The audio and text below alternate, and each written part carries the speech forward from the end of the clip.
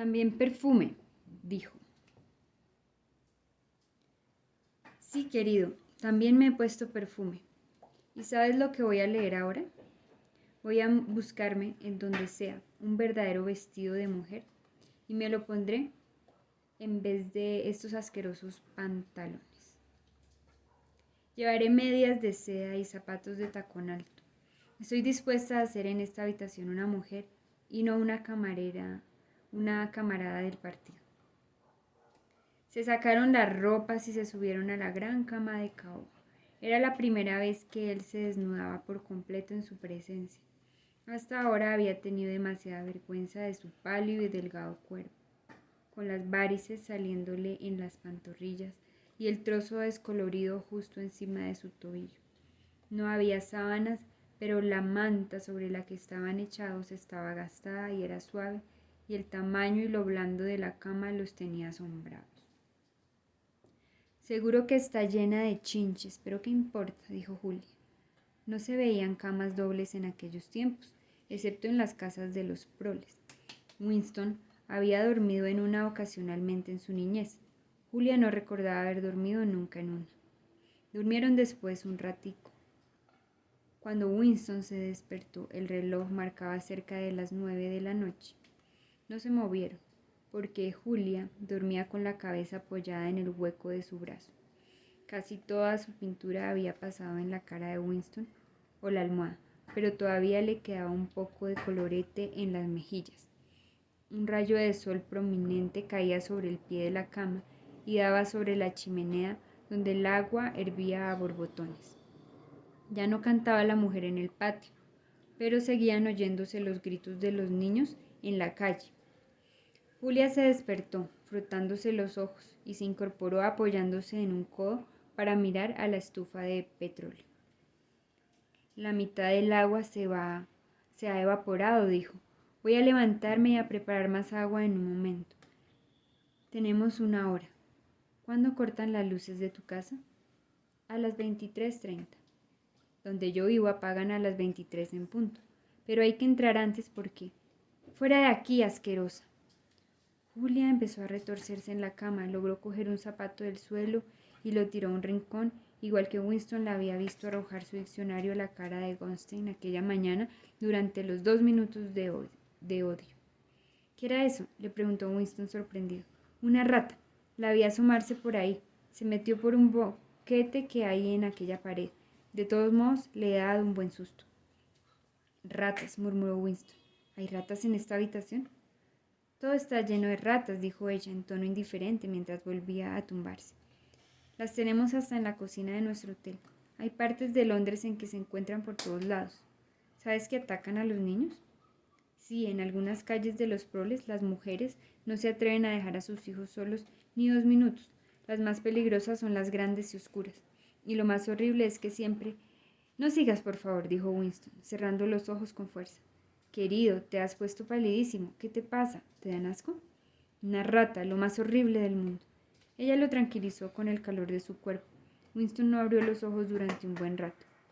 Le había parecido volver a hallarse de lleno en una pesadilla que se le presentaba con frecuencia. Siempre era poco o más o menos igual.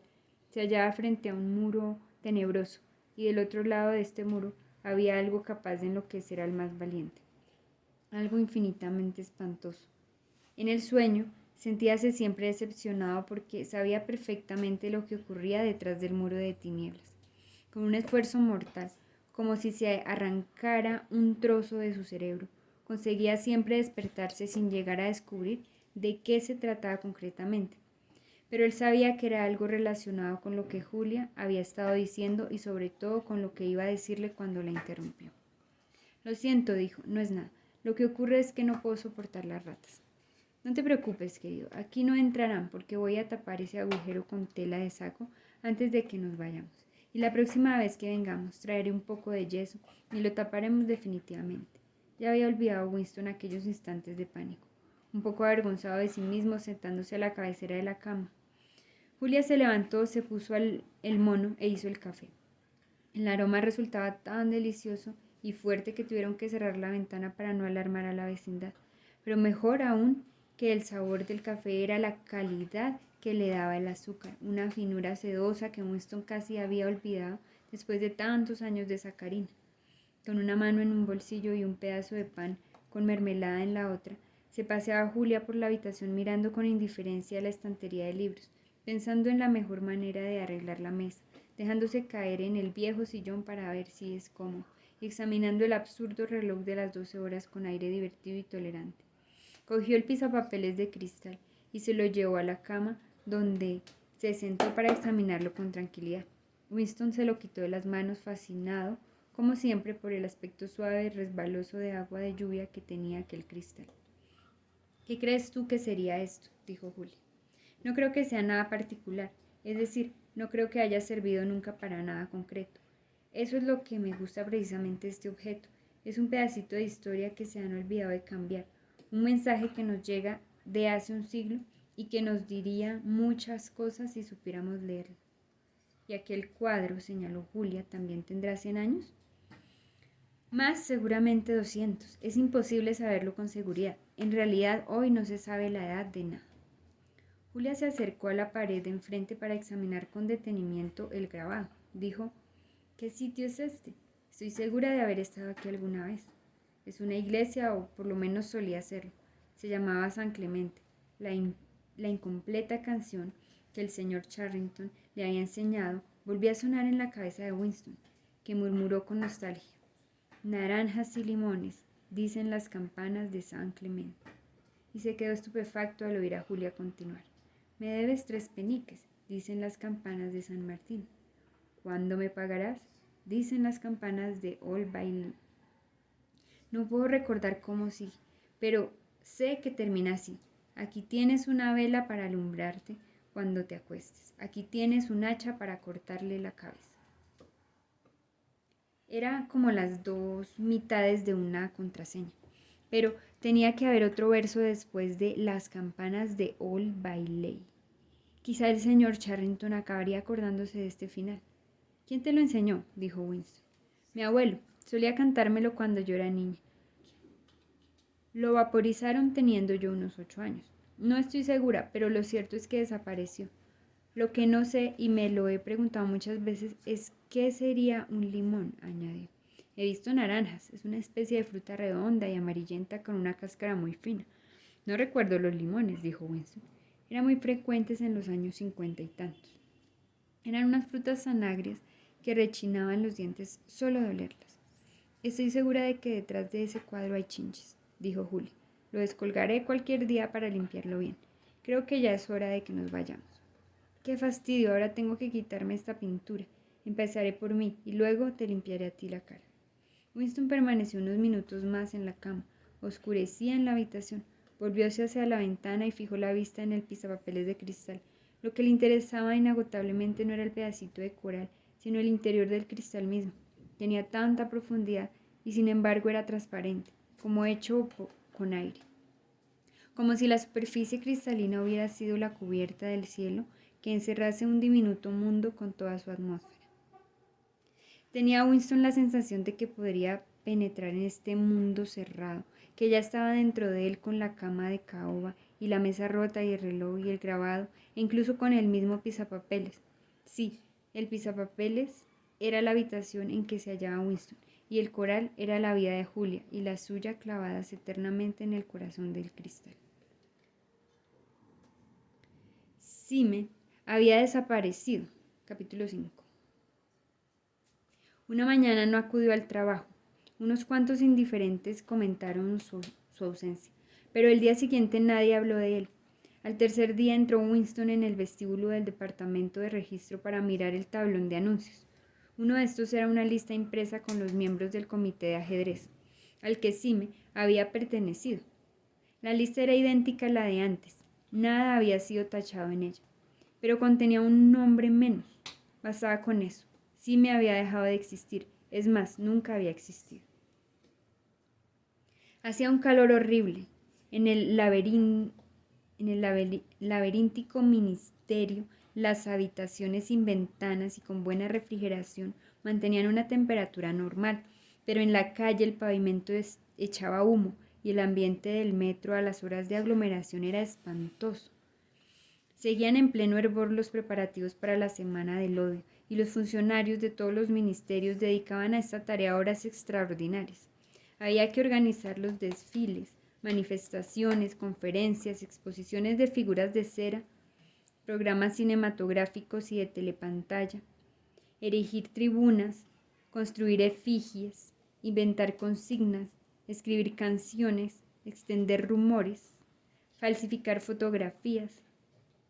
La sección de Julia en el departamento de novela había interrumpido su tarea habitual y confeccionaba una serie de panfletos de atrocidades. Winston, aparte de su trabajo corriente, que pasaba mucho tiempo cada día revisando colecciones del Times y alterando o embelleciendo noticias que iban a ser citadas en los discursos. Hasta última hora de la noche, cuando las multitudes de los incultos proles paseaban por las calles, la ciudad presentaba un aspecto febril. Las bombas cohete caían con más frecuencia que nunca y a veces se percibían allá muy lejos enormes explosiones que nadie podía explicar y sobre las cuales se esparcían insensatos rumores. La nueva canción que había de ser el lema de la Semana del Odio se llamaba la Canción del Odio. Había sido ya compuesta y era repetida incansablemente por las telepantallas. Tenía un ritmo salvaje de ladridos y no podía llamarse con exactitud música. Más bien era como el redoble de un tambor. Centenares de voces rugían en aquellos sones que se mezclaban con el chas-chas de sus ranqueantes pies. Era aterrador. Los proles se habían aficionado a la canción y por las calles a medianoche competía con la que seguía siendo popular. Era una ilusión sin esperanza. Los niños de Parsons la tocaban a todas horas de un modo alucinante, en su peine cubierto de papel higiénico. Winston tenía las tardes más ocupadas que nunca. Brigadas de voluntarios organizadas por Parsons preparaban la calle para la Semana del Odio, cosiendo banderas y estandartes, pintando carteles, clavando palos en los tejados para que sirvieran de astas y tendiendo peligrosamente alambres a través de la calle para colgar pancartas. Parsons se jactaba de que las Casas de la Victoria era el único grupo que desplegaría 400 metros de propaganda. Se hallaban en su elemento y era más feliz que una alondra. El calor y el trabajo manual le habían dado pretexto para ponerse otra vez los shorts y la camisa abierta. Estaba en todas partes a la vez, empujaba, tiraba, cerraba, daba tremendos martillazos, improvisaba, aconsejaba a todos y expulsaba pródigamente una inagotable cantidad de sudor. En todo Londres había aparecido de pronto un nuevo cartel que se repetía infinitamente. No tenía palabras, se limitaba a representar, en una altura de 3 o 4 metros, la monstruosa figura de un soldado eurasiático que parecía avanzar hacia el que lo miraba. Una cara mogólica, inexpresiva, unas botas enormes y, apoyado en la cadera, un fusil, ametralladora a punto de disparar. Desde cualquier parte que mirase uno el cartel, la boca del arma, ampliada por la perspectiva, por el escorzo, parecía apuntarle a uno sin remisión. No había quedado ni un solo hueco en la ciudad sin aprovechar para colocar aquel monstruo. Y lo curioso era que había más retratos de este enemigo simbólico que del propio Gran Hermano. Los proles, que normalmente se mostraban apáticos respecto a la guerra, recibían así un trayazo para que entraran en uno de sus periódicos frenesís de patriotismo. Como para armonizar con el estado de ánimo general, las bombas cohetes habían matado a más gente que de costumbre. Una cayó en un local de cine de Stepney, enterrando en las ruinas a varios centenares de víctimas. Todos los habitantes del barrio asistieron a un imponente entierro que duró muchas horas y que en realidad constituyó un mitin patriótico. Otra bomba cayó en un solar inmenso que utilizaban los niños para jugar y varias docenas de estos fueron despedazados. Hubo muchas más manifestaciones indignadas. Goldstein fue quemado en efigie. Centenares de carteles representando al soldado eurasiático fueron rasgados y arrojados a las llamas, y muchas tiendas fueron asaltadas. Luego se esparció el rumor de que unos espías dirigían los cohetes mortíferos por medio de la radio y un anciano matrimonio acusado de extranjería pereció abrazado cuando las turbas incendiaron su casa. En la habitación encima de la tienda del señor Charrington, cuando podían ir allí, Julia y Winston se quedaban echados uno junto al otro en la desnuda cama bajo la ventana abierta, desnudos para estar más frescos. La rata no volvió, pero las chinches se multiplicaban odiosamente en ese calor. No importaba. Sucia o limpia la habitación era un paraíso. Al llegar, echaban pimienta comprada en el mercado negro sobre todos los objetos, se secaban la ropa y hacían el amor con los cuerpos sudorosos. Luego se dormían y al despertar se encontraban con que las chinches se estaban formando para el contraataque. 4, 5, 6, hasta 7 veces se encontraron allí durante el mes de junio. Winston había dejado de beber ginebra a todas horas. Le parecía que ya no lo necesitaba. Había engordado, sus varices ya no le molestaban, en realidad casi habían desaparecido y por las mañanas ya no tosía al despertarse. La vida había dejado de serle intolerable. No sentía la necesidad de hacerle muecas a la telepantalla ni el sufrimiento de no poder gritar palabrotas cada vez que oía un discurso. Ahora que casi tenía un hogar, no les parecía mortificante reunirse tan pocas veces y solo un par de horas cada vez. Lo importante es que existiese aquella habitación. Saber que estaba allí era casi lo mismo que hallarse en ella. Aquel dormitorio era un mundo completo, una bolsa del pasado donde animales de especies extinguidas podían circular. También el señor Charrington Winston pertenecía a una especie extinguida. Solía hablar con él un rato antes de subir. El viejo salía poco por lo visto y apenas tenía clientes. Llevaban una existencia fantasmal entre la minúscula tienda y la cocina todavía más pequeña, donde él mismo se guisaba y donde tenía, entre otras cosas raras, un gramófono increíblemente viejo con una enorme bocina. Parecía alegrarse de poder charlar. Entre sus inútiles mercancías, con su larga nariz y gruesos lentes, encorvado bajo su chaqueta de terciopelo, tenía más aire de coleccionista que de mercader. De vez en cuando, con un entusiasmo muy moderado, cogía alguno de los objetos que tenía a la ventana sin preguntarle nunca a Winston si lo quería comprar, sino enseñándoselo solo para que lo admirase. Hablar con él era como escuchar el tintineo de una desvencijada cajita de música. Algunas veces se sacaba de los desvanes de su memoria algunos polvorientos retazos de canciones olvidadas. Había una sobre 24 pájaros negros y otra sobre una vaca con un cuerno torcido y otra que relataba la muerte del pobre gallo Robin. He pensado que podría gustarle a usted, decía con una risita tímida cuando repetía algunos versos sueltos de aquellas canciones, pero nunca recordaba ninguna canción completa. Julia y Winston sabían perfectamente, en verdad, ni un solo momento dejaban de tenerlo presente, que aquello no podía durar. A veces la sensación de que la muerte se cernía sobre ellos les resultaba tan sólida como el lecho donde estaban echados, y se abrazaban con una desesperada sensualidad, como un alma condenada aferrándose a su último rato de placer cuando faltaban 5 minutos para que suene el reloj. Pero también había veces en que no solo se sentían seguros, sino que tenían una sensación de permanencia. Creían entonces que nada podría ocurrirles mientras estuvieran en su habitación. Llegar hasta allí era difícil y peligroso, pero el refugio era invulnerable. Igualmente, Winston, mirando el corazón del pisapapeles, había sentido como si fuera posible penetrar en aquel mundo de cristal y que una vez dentro el tiempo se podría detener. Con frecuencia se entregaban ambos a ensueños de fuga. Se imaginaban que tendrían una suerte magnífica por tiempo indefinido y que podrían continuar llevando aquella vida clandestina durante toda su vida natural. O bien, Catharine moriría, lo cual le permitiría a Winston y Julia mediante sutiles maniobras llegar a casarse. O se suicidarían juntos, o desaparecerían disfrazándose de tal modo que nadie lo reconocería, aprendiendo a hablar con acento proletario, logrando trabajo en una fábrica y viviendo siempre sin ser descubiertos, en una callejuela como aquella. Los dos sabían que todo esto eran tonterías, en realidad no había escapatoria, e incluso el único plan posible, el suicidio, no estaba dispuesto a llevarlo a efecto. Dejar pasar los días y las semanas devanando un presente sin futuro era lo instintivo, lo mismo que nuestros pulmones ejecutan el movimiento respiratorio siguiente mientras tienen aire disponible.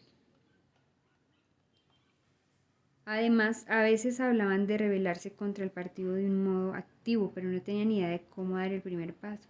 Incluso si la fabulosa hermandad existía, quedaba la dificultad de entrar en ella.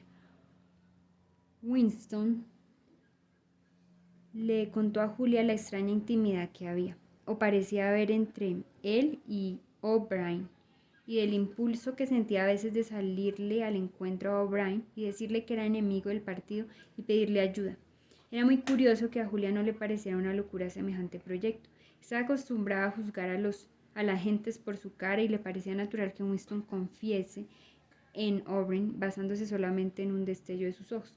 Además, Julia daba por cierto que todos, o casi todos, odiaban secretamente al partido e infringían sus normas, si creían poder hacer con impunidad. Pero se negaba a admitir que existiera ni si pudiera existir jamás una oposición amplia y organizada. Los cuentos sobre Goldstein y su ejército subterráneo, decía, era solo un montón de estupideces que el partido se había inventado para sus propios fines y en los que todos fingían creer. Innumerables veces en manifestaciones espontáneas y asambleas del partido había gritado Julia con todas sus fuerzas pidiendo la ejecución de personas cuyos nombres nunca había oído y en cuyos supuestos crímenes no creía, ni mucho menos. Cuando tenía efecto los procesos públicos, Julia acudía entre las jóvenes de la Liga Juvenil que rodeaban el edificio de los tribunales noche y día y gritaba con ellas: «¡Muerte a los traidores!».